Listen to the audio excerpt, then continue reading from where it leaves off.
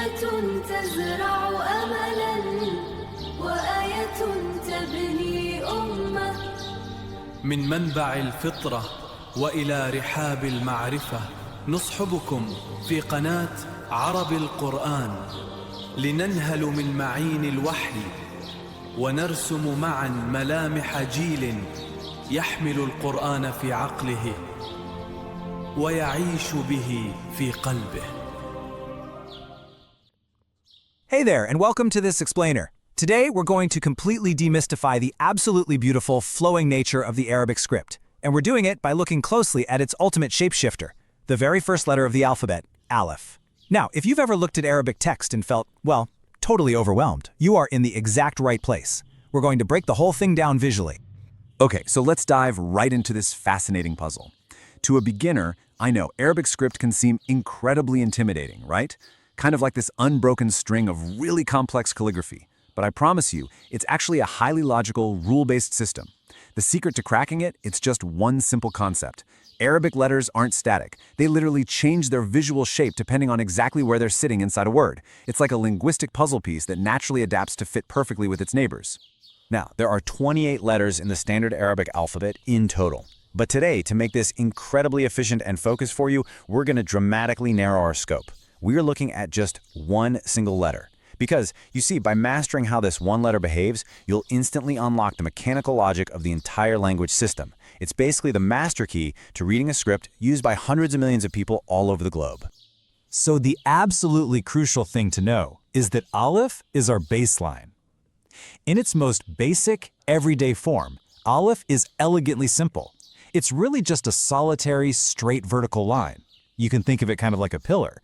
But over the next few minutes of this explainer, we're going to watch how its visual shape transforms dynamically across three very different positions within a word: the start, the middle, and the end. All right, let's jump right into part one, the start, featuring the independent alif. Now remember, Arabic is read from right to left. So the start of the word is always going to be over on the far right side. And here's our golden rule. When alif leads a word, it stands completely alone. It's fiercely independent. It flat out refuses to physically connect to the letter that comes after it on its left. It just keeps that perfect, straight, vertical line shape we were just talking about. Let's actually look at how this plays out with a real phonetic example. Try sounding this out with me. We're using the word Asad, which means lion. Reading right to left, step one is our starting aleph, making that A sound. Do you see that clear visual gap there? It doesn't even touch the next letter. Then we move on to Sa, which is the letter Sin, and we finish it up with Du, the letter Dal. So A, Sa, Du. The aleph stands tall, totally unconnected at the front of the pack. We can see the exact same independent starting pattern right here in the word Arnab, meaning rabbit. Watch how the sequence builds phonetically, step by step. We start with our solitary aleph for A, and again, mind the gap on the left. Then we add Ra for the letter Ra, Na for Noon, and finally Ba for Ba. A, Ra, Na, Ba. Honestly, once you train your eye to spot that standalone vertical line on the far right, you'll be recognizing the starting aleph instantly. Moving right along to part two, the middle, connecting alif. So what happens when aleph isn't the leader, but gets sandwiched between other letters? Well, this is where the script's beautiful, flowing nature really reveals itself. When starting a word, you've got that standalone pillar we just saw in Asad and Arnab. But when sitting right in the middle, the aleph actually reaches out. It develops this little tail connecting it to the letter that preceded it on the right side. It's essentially reaching back to hold hands with the letter that came before it, which is what gives you that seamless, continuous flow. Let's see this in action by sounding it out with the word Sa'ala, meaning asked. Again, right to left. We start with Sa from the letter Sin. Now, watch exactly what happens next. We connect our middle aleph for the A sound. See how the Sin sweeps directly into the bottom of the aleph? Our straight line isn't standing alone anymore. It's firmly anchored to the right, but, and this is absolutely key, because aleph still refuses to connect to the left, there's a space before we finish with La from the letter Lam. Sa, Allah. We find a very similar structure here in the word Kas, which means cup. Just watch the shape shift. The middle aleph connects directly to the starting letter, Kaf, on the right side. It sweeps right up into that vertical line, giving us the A sound. Then, rigidly sticking to its rule about not connecting to the left, it leaves a gap before jumping to the final letter, Sin, which makes the Su sound. Ka, a, su. That right-sided connecting tail, that is the ultimate signature of the middle aleph. Okay, almost there. Part 3, the end and the anchoring aleph. Let's use the word malja, meaning refuge. Follow the phonetic steps with me here. We start over on the right with mul, which combines the letters mim and lam. Then we connect to ja from the letter jim. And finally, anchored right at the very end of the word is our shape-shifted aleph. It's making the oo sound here, complete with a little marker we call a hamza. And just like it does in the middle position, it connects gracefully from the right side, finalizing the whole structure. Mul, ja, oo. Which brings us to our final section, the grand recap, your first Arabic words. Just look at how far we've come in only a few minutes. Let's bring all these positional rules together. First up, we see aleph standing probably alone at the start of asad, entirely unconnected. Next, we watch it adapt right in the middle of sa'ala, reaching out with that little tail to connect to the right. And finally, we see it anchoring the end of malja, finishing off that beautiful cursive flow. Think about it. You've just learned to read 3 complete words just by tracking the visual logic of a single letter. Now that you've unlocked the core mechanics of this incredible shape-shifting script through one single letter, you essentially hold the blueprint for the entire language. You know that letters adapt, you know they connect from the right, and you know exactly how to break down the phonetics visually. So, I'm going to leave you with this. You have officially mastered aleph, but are you ready to conquer the other 27 letters? I really hope this explainer has sparked your curiosity to dive in and keep learning.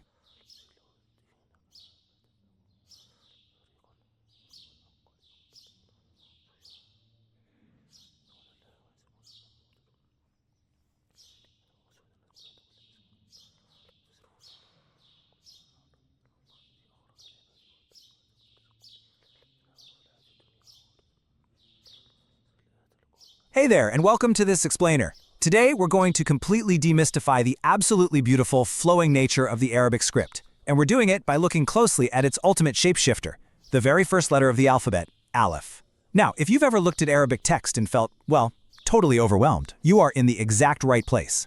We're going to break the whole thing down visually. Okay, so let's dive right into this fascinating puzzle. To a beginner, I know Arabic script can seem incredibly intimidating, right?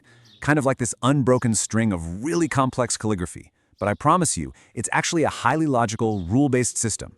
The secret to cracking it, it's just one simple concept. Arabic letters aren't static. They literally change their visual shape depending on exactly where they're sitting inside a word. It's like a linguistic puzzle piece that naturally adapts to fit perfectly with its neighbors. Now, there are 28 letters in the standard Arabic alphabet in total. But today, to make this incredibly efficient and focused for you, we're going to dramatically narrow our scope.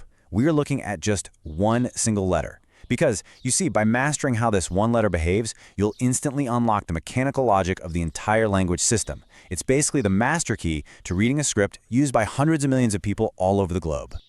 So the absolutely crucial thing to know is that aleph is our baseline. In its most basic, everyday form, aleph is elegantly simple. It's really just a solitary, straight vertical line. You can think of it kind of like a pillar. But over the next few minutes of this explainer, we're going to watch how its visual shape transforms dynamically across 3 very different positions within a word: the start, the middle, and the end. All right, let's jump right into part 1, the start, featuring the independent alif. Now remember, Arabic is read from right to left. So the start of the word is always going to be over on the far right side. And here's our golden rule. When alif leads a word, it stands completely alone. It's fiercely independent. It flat out refuses to physically connect to the letter that comes after it on its left. It just keeps that perfect, straight, vertical line shape we were just talking about. Let's actually look at how this plays out with a real phonetic example. Try sounding this out with me. We're using the word asad, which means lion. Reading right to left, step 1 is our starting aleph, making that A sound. Do you see that clear visual gap there? It doesn't even touch the next letter. Then we move on to sa, which is the letter sin, and we finish it up with du, the letter dal. So a, sa, du. The aleph stands tall, totally unconnected at the front of the pack. We can see the exact same independent starting pattern right here in the word arnab, meaning rabbit. Watch how the sequence builds phonetically, step by step. We start with our solitary aleph for and again, mind the gap on the left. Then we add ra for the letter ra, na for noon, and finally ba for ba. Ra, na, ba. Honestly, once you train your eye to spot that standalone vertical line on the far right, you'll be recognizing the starting aleph instantly. Moving right along to part 2, the middle, connecting alif. So what happens when aleph isn't the leader, but gets sandwiched between other letters? Well, this is where the script's beautiful, flowing nature really reveals itself. When starting a word, you've got that standalone pillar we just saw in Asad and Arnab. But when sitting right in the middle, the aleph actually reaches out. It develops this little tail connecting it to the letter that preceded it on the right side. It's essentially reaching back to hold hands with the letter that came before it, which is what gives you that seamless, continuous flow. Let's see this in action by sounding it out with the word sa'ala, meaning asked. Again, right to left. We start with sa from the letter sin. Now, watch exactly what happens next. We connect our middle aleph for the a sound. See how the sin sweeps directly into the bottom of the aleph? Our straight line isn't standing alone anymore. It's firmly anchored to the right, but, and this is absolutely key, because aleph still refuses to connect to the left, there's a space before we finish with la from the letter lam. Sa, Allah. We find a very similar structure here in the word kas, which means cup. Just watch the shape shift. The middle aleph connects directly to the starting letter, kaf, on the right side. It sweeps right up into that vertical line, giving us the a sound. Then, rigidly sticking to its rule about not connecting to the left, it leaves a gap before jumping to the final letter, sin, which makes the su sound. Ka, a, su. That right-sided connecting tail, that is the ultimate signature of the middle aleph. Okay, almost there. Part 3, the end and the anchoring aleph. Let's use the word malja, meaning refuge. Follow the phonetic steps with me here. We start over on the right with mul, which combines the letters mim and lam. Then we connect to ja from the letter jim. And finally, anchored right at the very end of the word is our shape-shifted aleph. It's making the oo sound here, complete with a little marker we call a hamza. And just like it does in the middle position, it connects gracefully from the right side, finalizing the whole structure. Mul, ja, oo. Which brings us to our final section, the grand recap, your first Arabic words. Just look at how far we've come in only a few minutes. Let's bring all these positional rules together. First up, we see aleph standing probably alone at the start of Asad, entirely unconnected. Next, we watch it adapt right in the middle of Sa'ala, reaching out with that little tail to connect to the right. And finally, we see it anchoring the end of Malja, finishing off that beautiful cursive flow. Think about it. You've just learned to read 3 complete words just by tracking the visual logic of a single letter. Now that you've unlocked the core mechanics of this incredible shape-shifting script through one single letter, you essentially hold the blueprint for the entire language. You know that letters adapt, you know they connect from the right, and you know exactly how to break down the phonetics visually. So, I'm going to leave you with this. You have officially mastered aleph, but are you ready to conquer the other 27 letters? I really hope this explainer has sparked your curiosity to dive in and keep learning.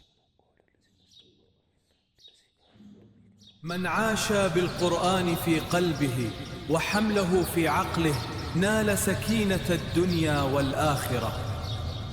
اجعلوا من آيات الله ملاذ اليومي. نلقاكم في الرحلة القادمة من عرب القرآن. دمتم في أمان الله ورعايته.